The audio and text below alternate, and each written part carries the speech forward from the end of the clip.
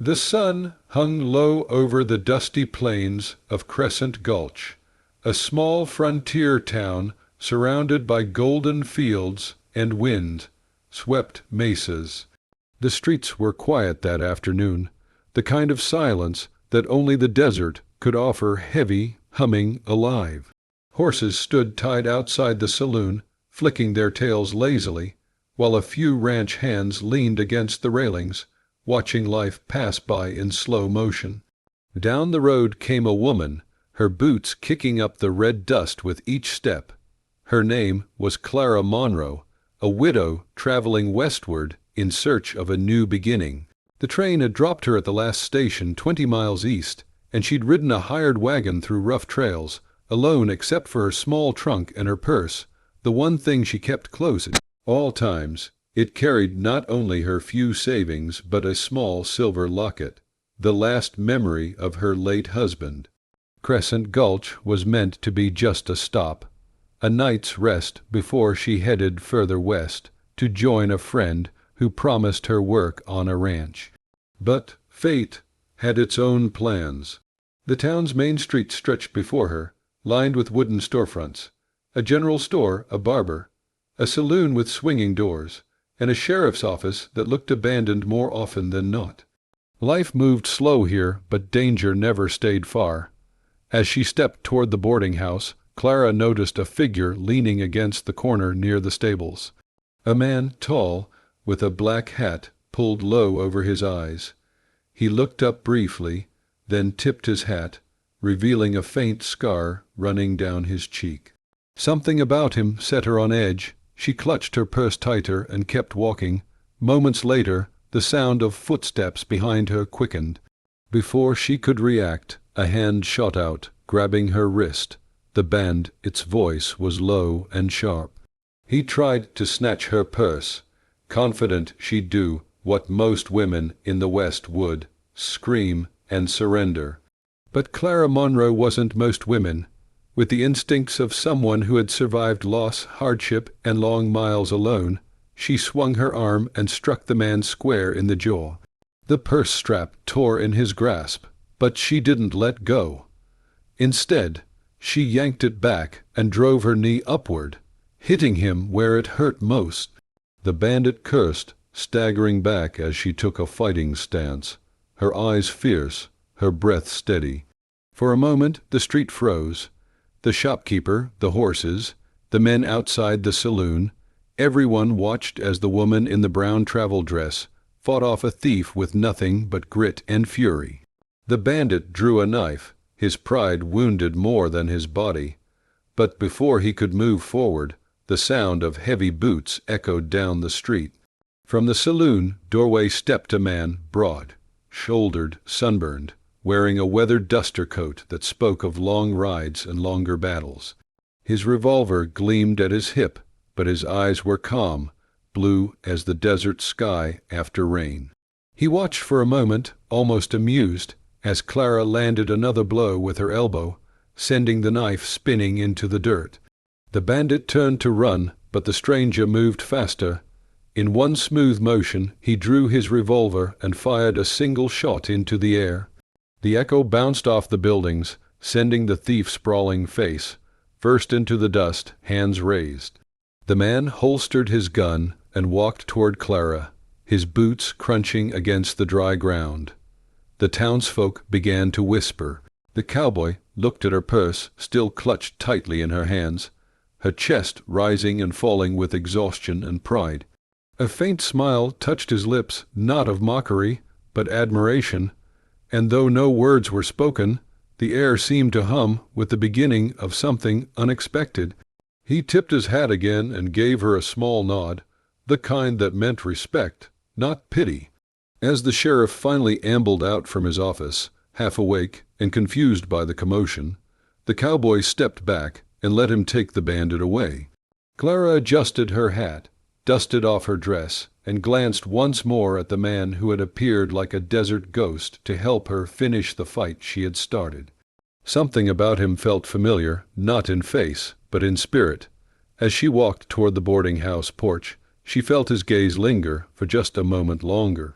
And in that quiet, dusty evening light, a story began, one of courage, loss, and the kind of love that doesn't ask for permission. Because in the Wild West, fate often rode on horseback, and it had just arrived in Crescent Gulch, wearing a weathered hat and a half-smile. The cowboy with no name the next morning. Crescent Gulch woke to the sound of the wind scraping across the wooden rooftops. The dust from yesterday's scuffle had settled, but whispers of the event still drifted through the town like tumbleweed. Folks at the saloon couldn't stop talking about the woman who had fought off a bandit with her bare hands. Clara Monroe became a name spoken with admiration and surprise, though most called her the lady with the purse. She didn't stay long inside the boarding house that morning. Sleep had been restless, haunted by memories of her journey, and now curiosity itched at her mind. The cowboy who'd stepped in at the last moment, who was he?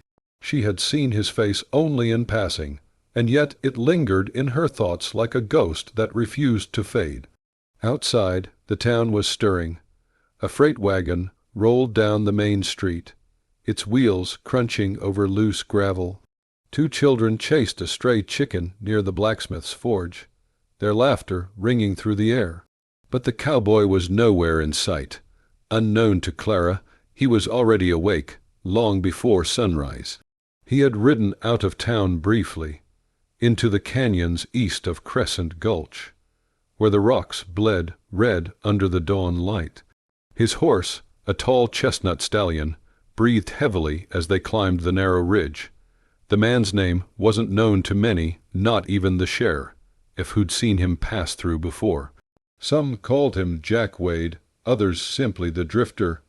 He'd once been a ranch hand, then a bounty hunter, and now, something in between, a man trying to outrun the ghosts that had carved scars deeper than any knife could. When he returned to town just after midday, he stopped at the general store for supplies. That's when he saw her again, Clara Monroe, standing by the porch, her purse slung firmly at her side, as if daring anyone to come for it again. She wasn't dressed like a city woman. Dust had settled on her hem, and the wind had tangled strands of her hair. Yet there was something graceful in her strength, something defiant in the way she met the world head-on. The Drifter watched her from a distance for a while, studying the quiet confidence that seemed to radiate from her. He'd seen a lot of people break under the harshness of the frontier, men who fled, women who wept. But she had fought. That evening the sun dipped low, painting the desert in fire and gold. The townsfolk gathered in the saloon as music drifted through the open doors, the familiar tune of a fiddle that could make even the loneliest cowboy smile for a while. Clara had decided to join them, not for the company, but to eat a warm meal before the road called her westward again. She found a seat near the window where she could see the street and the quiet stars beginning to bloom in the sky. Across the room the Drifter sat alone, his hat resting on the table beside a half-empty glass. He wasn't there for the music either, only the silence that lived between the notes. As the night wore on, an uneasy tension began to form. A group of rough men at the bar, the same kind that lived off trouble, began to eye Clara's direction. They'd heard the story of the purse, and one of them, a lean outlaw with a crooked smile, decided he wanted to test the tale for himself. The cowboy saw it first. He knew that look, the kind that preceded bad decisions and worse endings. Before the men could move, the Drifter stood, the sound of his boots echoing across the floorboards. The saloon grew quiet, sensing the weight of what was about to happen. Outside, the wind howled through the narrow alleys, carrying the scent of dust and danger. The night in Crescent Gulch was about to turn dark. By the time the sheriff arrived, it was already over. The outlaw lay sprawled near the bar, nursing a bruised jaw and a wounded pride. The cowboy stood nearby, calm and unshaken, while the rest of the troublemakers melted into the shadows. No one quite understood what had happened in that short span, only that the drifter had acted fast, faster than most could blink. Clara hadn't needed saving this time, but the unspoken understanding between her and the cowboy deepened. He had stood not in front of her, but beside her, as though he already knew she could fight her own battles, and only needed someone who understood what it meant to be unafraid. When the saloon emptied and the night grew still, Clara stepped outside. The wind brushed through the quiet town, whispering through the wooden signs and empty streets. The cowboy was gone again, vanished into the dark like a ghost who refused to stay too long in one place. She found herself staring down the road that stretched westward, the same road she would take at dawn. Somewhere deep inside, she knew their paths weren't done crossing. The West had a way of weaving stories that refused to end too soon. And as the first cold breeze of midnight swept across Crescent Gulch, the sound of a horse in the distance broke the silence, a lone rider heading toward the horizon. It was a sound Clara wouldn't forget, the sound of a man whose presence carried both danger and promise. Tomorrow her journey would continue, but she had the strange feeling that fate had already decided her road would not be walked alone. The trail through the canyon, the sun rose red over the endless desert, casting long shadows across the trail that wound through the canyons west of Crescent Gulch. The morning air was cool, the kind that carried both promise and warning. Clara Monroe had left the town at first light, her small rented wagon creaking over the rocky path, pulled by a stubborn mule that moved at its own steady rhythm. She had no real destination beyond the ranch her friend had written about months ago, a place called Willow Bend, said to lie 2 days' ride west, beyond the canyons and the wide river. Her purse, still worn and patched from the bandit's grip, hung securely from her belt. Inside were her few dollars, her husband's locket, and the fragile hope that maybe, somewhere ahead, life would be kind again. The road was empty except for the wind and the whisper of dry grass brushing against the wheels. Every so often she thought of the cowboy, the stranger who had helped her in Crescent Gulch. There was something about him that had carved itself into her thoughts, not his face nor his name, but the quiet strength he carried, the kind that didn't demand attention but earned respect. By midday, the trail narrowed into a canyon, the red cliffs rising like ancient walls on either side. The sound of the mule's hooves echoed off the rock, lonely and hollow. The place felt alive, as if it watched every traveler who dared to pass. Clara had learned to be cautious. The canyons were a favorite place for outlaws and desperate men. She kept her eyes sharp, her hand close to the small revolver tucked beneath the seat. Her husband had taught her how to use it back when they dreamed of owning land out west. Those dreams had died with him, but his lessons had not. As the shadows deepened and the light shifted, Clara noticed something unsettling, fresh tracks on the trail ahead. Hoofprints more than one set, heading in the same direction she was going. They were recent. Her heart quickened, but she pressed on. Turning back wasn't an option.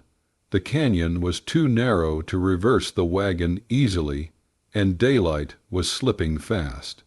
The trail bent sharply between 2 towering cliffs, and that's when she saw them, 3 riders emerging from the shadows like wolves, stepping out of the brush. Their faces were rough, their clothes dusty and worn, bandits without a doubt. Clara stopped the mule, gripping the reins tightly. The men fanned out slowly, blocking her path. Her fingers brushed the handle of her revolver beneath the seat. She didn't panic. Fear was a waste of breath in a place like this. The leader, a scarred man with a rust-colored beard, motioned for her to get down. She didn't move. He reached for his gun, but before his hand even touched the holster, a sharp whistle cut through the canyon air. It was the sound of a horse, strong, fast, closing in from behind. In an instant the men turned, scanning the cliffs. From the ridgeline above, a rider appeared, tall, steady, silhouetted against the harsh blue sky. The sun glinted off a revolver strapped low at his hip, and his coat whipped in the wind. It was him, the cowboy from Crescent Gulch. He moved with the calm certainty of a man who had seen too many fights to hesitate. His horse descended the rocky slope with sure steps, dust rising in small storms beneath its hooves. The bandits cursed, but none of them dared fire first. The canyon was narrow, the echoes unpredictable. One wrong shot could ricochet and hit their own. Clara held her breath as the cowboy rode closer, his eyes fixed on the men standing between them. The moment stretched, tense and unspoken. The leader's nerve broke first. He drew his gun, but before the sound of metal could echo, the cowboy's hand moved, fast, precise, unstoppable. The report of his revolver cracked through the canyon, echoing again and again between the cliffs. The leader's weapon flew from his hand, clattering against the rocks. The other two men turned to flee, but the cowboy's second shot shattered the air, not to kill, only to warn. The bandits scrambled up the side of the ravine and vanished into the rocks, leaving the canyon silent once more. Clara sat frozen, her pulse hammering, as the cowboy dismounted. He approached slowly, his spurs jingling softly against the stone. He checked her wagon, then looked toward the direction the outlaws had escaped. He didn't speak, not that he needed to. His expression said everything. She nodded slightly, her heart still racing, and reached for the reins again. The mule, startled but obedient, resumed walking. The cowboy followed behind for a while, his horse's steady rhythm matching the wagon's slow roll. The trail wound deeper through the canyon, until finally it opened into a wide valley bathed in the gold of the setting sun. The land stretched far and wild, dotted with sagebrush and tall pines in the distance. Clara stopped to rest near a small creek that trickled through the rocks. She climbed down, her boots sinking slightly into the soft earth. The cowboy remained on his horse for a while, then turned to leave as quietly as he had come. But before he disappeared down the trail, he looked back once, a silent exchange that said more than words could. She watched him go until the dust swallowed his figure. The sound of his horse faded into the horizon, leaving her with only the murmuring of the creek and the rustle of dry leaves in the wind. That night Clara camped by the water, the stars bright and endless above her. She lay awake for a long time, the firelight flickering against her face. Somewhere beyond the darkness, she knew the cowboy was still out there, a lone figure in a vast and merciless land. The West had strange ways of bringing people together, and even stranger ways of testing them. Clara didn't know it yet, but this was only the beginning. The road ahead would carry her into danger, into loss, and into the kind of story the plains never forgot. For in the Wild West, every bond was forged in fire, every love was earned through courage, and every heart learned to ride through both dust and storm. As the embers of her campfire glowed dimmer, the cry of a distant coyote echoed through the canyon, carrying with it a promise that their paths would cross again before long. The blood on the trail morning came cold and gray over the western valley. The night wind had swept across the plains, scattering the ashes of Clara's campfire and chilling her bones. She woke with the sound of distant thunder, rolling low across the horizon, not a storm, but hooves. Somewhere out there, someone was moving fast. Clara packed her few things quickly, tightening the mule's harness and glancing up the ridge. The canyon behind her looked empty, but the silence felt wrong, too thick, too watchful. She'd learned to trust her instincts, and they told her something dangerous was following close behind. By noon, The sun had returned, fierce and blinding. She had crossed 2 ridges and was heading toward the riverbed, hoping to reach Willow Bend by the next evening. But when she stopped to let the mule drink, she saw it a glint of metal on the rocks behind her, far away but unmistakable. A rifle barrel catching the sunlight. The bandits hadn't given up. She snapped the reins and urged the mule forward. The wagon jolted violently over the stones, but Clara didn't stop. Her breath came fast, her pulse hammering with the rhythm of the wheels. She could hear them now, faint, but real hooves beating against the dry earth, coming closer. The land stretched wide and merciless. There was no place to hide, no trees, no cover, only open prairie and the endless red dust of the west. She gripped the revolver on the seat beside her, the same one her husband had once polished by firelight. The first shot came whistling past her ear, hitting the side of the wagon with a sharp crack. Splinters flew. Clara ducked low, heart pounding, and fired back without thinking. The sound echoed through the valley, a sharp defiance cutting through the wind. The outlaws answered with laughter that carried across the plains like a cruel song. 3 riders, the same faces from the canyon, were chasing her again, their horses kicking up dust like storm clouds. The man with the rust-colored beard led the pack, hatred burning in his eyes. Clara kept firing, her hands steady even as her breath came in ragged bursts. The mule, terrified, galloped harder than it ever had before. The wagon rattled, wheels screaming against the rocks. Then, just as the chase reached its breaking point, the ground trembled with a new sound, deeper, heavier, faster. From the northern ridge, another horse descended at full speed, cutting across the plain like lightning through dry grass. A man leaned low in the saddle, coat flaring behind him, his hat pulled down against the wind. The chestnut stallion beneath him thundered like the heart of the desert itself. The cowboy had returned. He rode hard, his revolver drawn, the sun flashing across its barrel as he fired a warning shot that split the air. One of the bandits veered off instantly, nearly thrown from his horse. The others turned to meet the threat, but the drifter didn't slow down. His aim was unshakable, his every movement controlled and deliberate, the mark of a man who had seen too much and survived it all. Clara watched as he closed the distance, his figure cutting through dust and sunlight. The outlaws scattered like startled crows, but the cowboy was faster, smarter. He didn't waste bullets, every shot counted. The leader tried to fire back, his rifle aimed high, but before he could squeeze the trigger, the cowboy's bullet struck the ground at his horse's hooves. The animal reared violently, throwing him backward into the dirt. The others didn't wait to help. They turned tail and vanished into the horizon, their shapes swallowed by the desert wind. Silence returned to the plains, broken only by the mule's heavy breathing and the slow creak of the wagon wheels. The cowboy slowed his horse, circling back toward Clara. Dust drifted between them, catching the late afternoon light.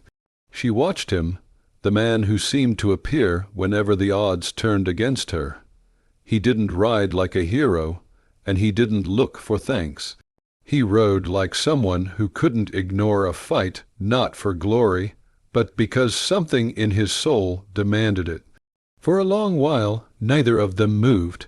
The wind whispered through the grass, carrying the faint scent of rain from far away. The cowboy dismounted and walked toward the wagon, his shadow stretching long across the earth. He checked the trail behind them, scanning for any sign of pursuit. Satisfied, he turned his gaze toward the distant hills, the same direction Clara was heading. She followed his eyes and saw it too, a faint column of smoke rising on the far horizon. It wasn't the bandits this time. It was Willow Bend, or what remained of it. A cold feeling settled in her chest. The ranch she had been riding toward, the one her friend had written about, might already be gone. The cowboy mounted his horse again, his jaw tightening as he looked west. Clara felt the weight of the road ahead pressing against her heart. There was no safety in the open plains anymore, only choices. Go forward and face what waited, or turn back to the same dangers that hunted her before. She climbed down from the wagon, her boots sinking into the soft red dust.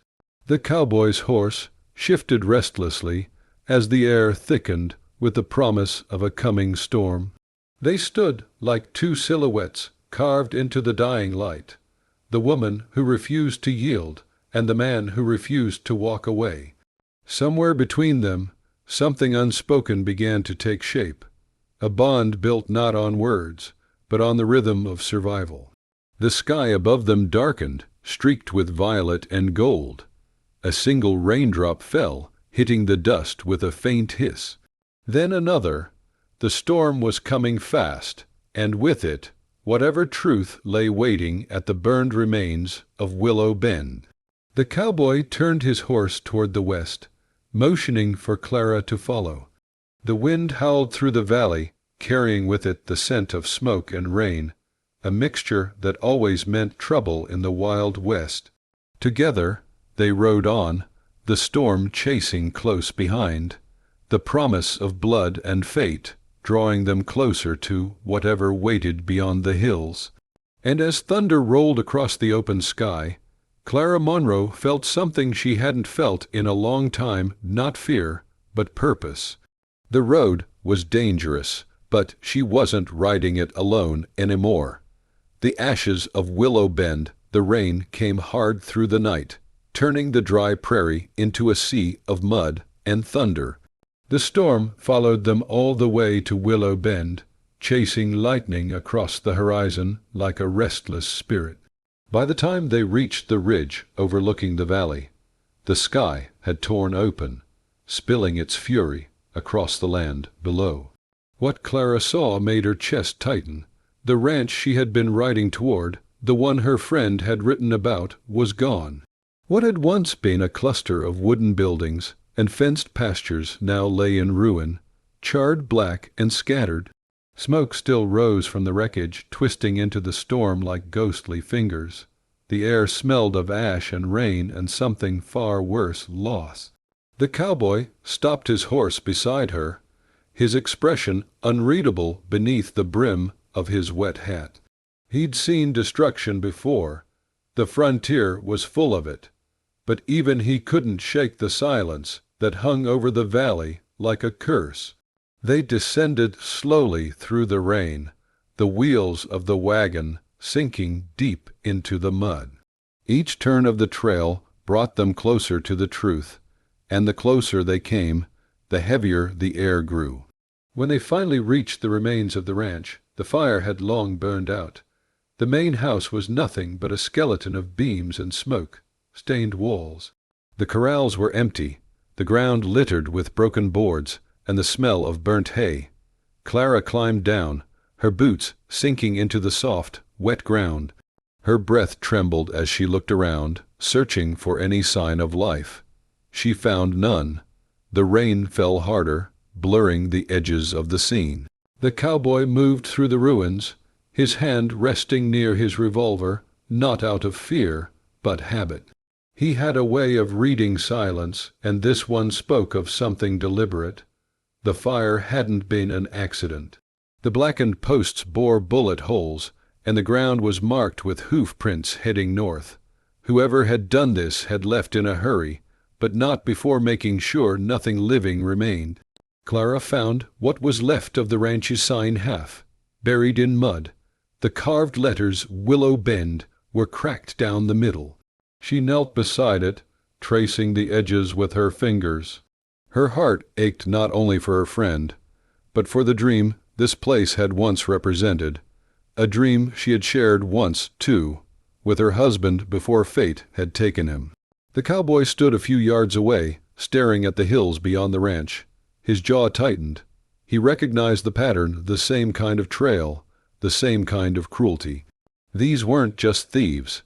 They were raiders, men who burned what they couldn't steal, men who took pleasure in leaving scars across the map of the frontier.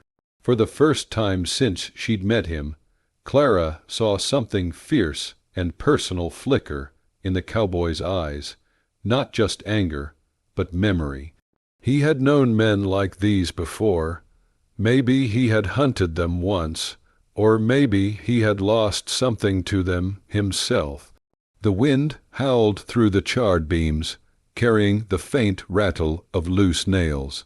Clara gathered what she could: a small locket she found among the ashes, a rusted horseshoe, a single boot half, buried near the barn. There was nothing left to save, only the hollow comfort of knowing she hadn't imagined her destination. The cowboy walked back toward her, his coat dripping, his boots heavy with mud. He looked once more at the tracks leading north, a fresh trail, carved deep into the wet earth. The storm had not yet erased it. He pointed toward the hills. Clara followed his gaze. Somewhere beyond those ridges, the men who had done this were riding free, their saddlebags full of stolen goods, their laughter echoing against the wind. The thought burned in her like wildfire. For a long moment they stood in the rain, silent but aligned. The West was not kind to those who carried vengeance in their hearts, but it was crueler still to those who did nothing. As the storm began to fade, Clara and the cowboy made camp near the old corral, the only shelter still standing against the wind. The fire they built was small, barely enough to chase the cold from their hands. She watched him as he sat near the flames, sharpening a knife with quiet precision. His movements were slow, practiced, deliberate. He was a man who had lived on the edge of danger for so long that it had become part of him. And yet there was something else in his silence, a stillness that spoke of grief he no longer had words for. Clara sat across from him, holding the locket she had found. Inside was a faded photograph of a family, her friend, her husband, and their child.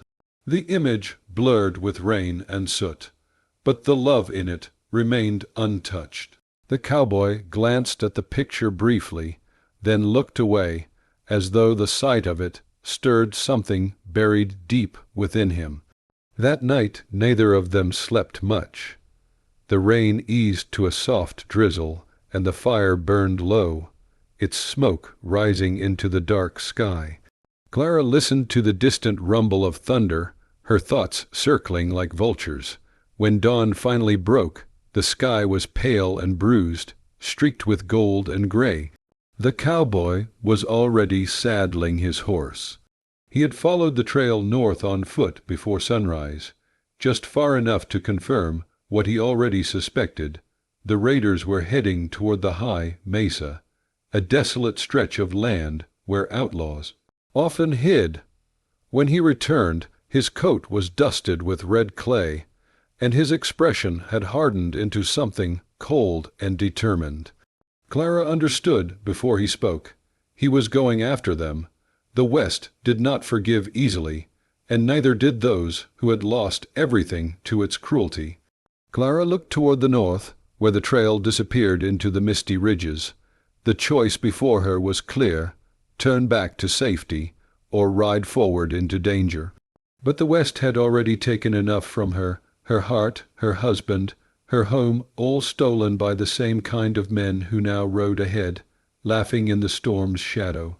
She reached for her revolver and checked its chamber. Then she met the cowboy's steady gaze and climbed onto the wagon. The mule snorted, restless but ready. The cowboy nodded once, a silent understanding passing between them. They set off together, the rising sun cutting through the fog and setting fire to the horizon. Ahead lay vengeance and perhaps redemption. Behind them the ashes of Willow Bend smoldered in silence, a graveyard of dreams left to the wind. The trail was long and dangerous, but neither of them looked back. The Wild West didn't reward hesitation. It only remembered the ones who rode forward, no matter the cost. And as their silhouettes faded into the golden light, the sound of their horses blended with the whisper of the wind, two riders bound by loss, courage, and something that neither yet dared to name. The last ride through fire and dust, the morning sun rose blood, red over the mesa, burning through the last shreds of mist that clung to the desert floor. The air was dry again, the storm long gone, but the land still carried the scent of smoke, the ashes of Willow Bend, the memory of all that had been lost. Clara Monroe and the cowboy rode side by side, following the narrow trail that wound toward the high cliffs. Their silhouettes stretched long across the plain, two riders moving against the wind, their faces marked by dust and determination. The path ahead was unforgiving, steep canyons, jagged rocks, and the kind of silence that only death seemed to understand. The raiders had left their tracks clearly. 3 horses, moving fast but weighed down by stolen goods. They had confidence, too much of it. Men like that never believed anyone would follow, but they were wrong. The cowboy rode with the calm of someone who had made peace with danger long ago. Every motion of his horse was measured, every glance purposeful. Beside him, Clara kept her revolver close, her eyes sharp, her mind steady. The woman who once fought for her purse now rode for justice, not just her own, but for everyone who had lost something to men like these. By midday, they reached the base of the mesa. The cliffs rose high above them, scarred and crimson, their shadows long and cold. A faint curl of smoke rose from the top, a campfire. The outlaws were there. The cowboy dismounted first, tying his horse behind a cluster of rocks. Clara followed, her boots crunching against the gravel. The air grew still, heavy with the scent of sage and gunpowder. They climbed carefully, keeping low between the stones. The sound of laughter drifted down, harsh, cruel, careless. The raiders were celebrating, unaware that the storm they had tried to escape was climbing right toward them. When Clara reached the ridge, she saw them clearly, the same 3 men from the canyon. Their horses grazed nearby, saddlebags stuffed with silver, rifles leaning against a fallen log. The man with the rust-colored beard sat by the fire, a bottle in his hand, his boots stretched toward the flames. For a moment Clara's heart clenched with fury. The memory of the burned ranch flashed before her eyes, the smoke, the silence, the loss. She could feel her husband's locket against her chest, warm from the heat of her anger. The cowboy placed a steady hand on her shoulder, grounding her, reminding her that emotion could get them killed. She nodded once, took a breath, and focused. They moved together like shadows. The cowboy circled left, silent as a wolf. Clara stayed behind cover, her revolver drawn, her pulse pounding like the drums of war. The first shot came when the wind shifted a clean, sharp crack that split the air and sent a raven screaming from the rocks. One of the raiders dropped instantly, his gun still half raised. The others dove for cover, shouting, scrambling for their weapons. The cowboy moved fast, reloading with practiced ease. The rust-bearded leader fired wildly toward the ridge, his bullets sparking off stone. The echo rolled across the mesa, but Clara didn't flinch. She aimed, exhaled, and pulled the trigger. Her bullet struck true, hitting the second raider's rifle and sending it spinning from his hands. The man fell backward, clutching his arm, the pain robbing him of fight. That left one, the leader, the man who had burned Willow, bent to the ground. He spotted Clara, his eyes wild with fury and disbelief. He recognized her, the woman from the town, the one who had fought back, the one he thought he'd broken. He charged toward her, firing as he ran. Dust exploded around her boots. Clara ducked behind a boulder, her ears ringing, her heart hammering against her ribs.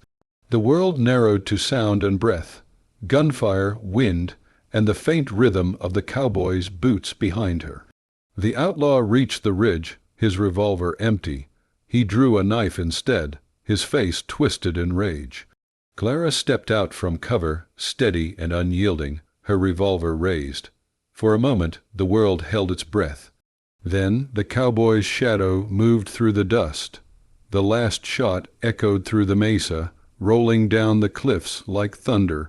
The outlaw fell, the knife slipping from his hand. Silence followed, deep and final. The cowboy lowered his gun, his eyes sweeping the horizon. No more movement, no more sound. The wind began to pick up again, carrying away the smoke and dust, as if erasing the violence that had stained the land. Clara stood still for a long time, her revolver trembling slightly in her hand. She had faced death before, but this time it had looked her in the eyes and turned away. The cowboy approached, his boots crunching softly over the dry ground. Together they stood over the remains of what had once been fear, now nothing more than dust on the wind.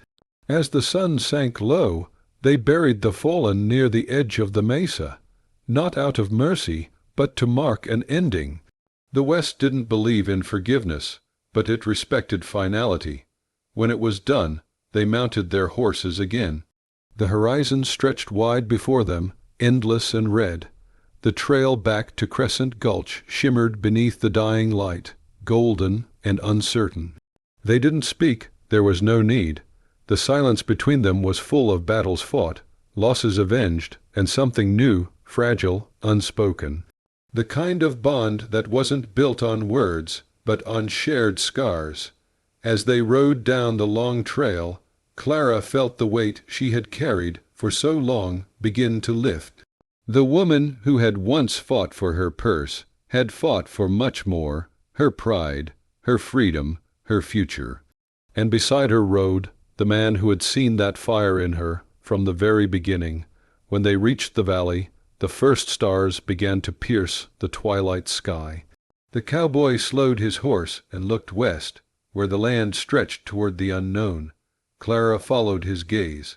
The world was wide, wild, and full of danger, but for the first time it didn't feel lonely. The wind swept across the plains, carrying with it the scent of sage and the faint hum of possibility. Behind them lay ashes. Ahead of them, a horizon that shimmered with the promise of something more. The cowboy tipped his hat against the wind and rode on, and Clara followed, her heart steady and sure. In the Wild West, stories were rarely kind, but some left a mark deep enough to outlast the dust and time. And there's the story of the woman who fought for her purse, and the cowboy who said, "That's my kind of woman," would become one whispered for generations across campfires and lonely trails. A tale of courage, redemption, and a love written not in words, but in the dust of the open road.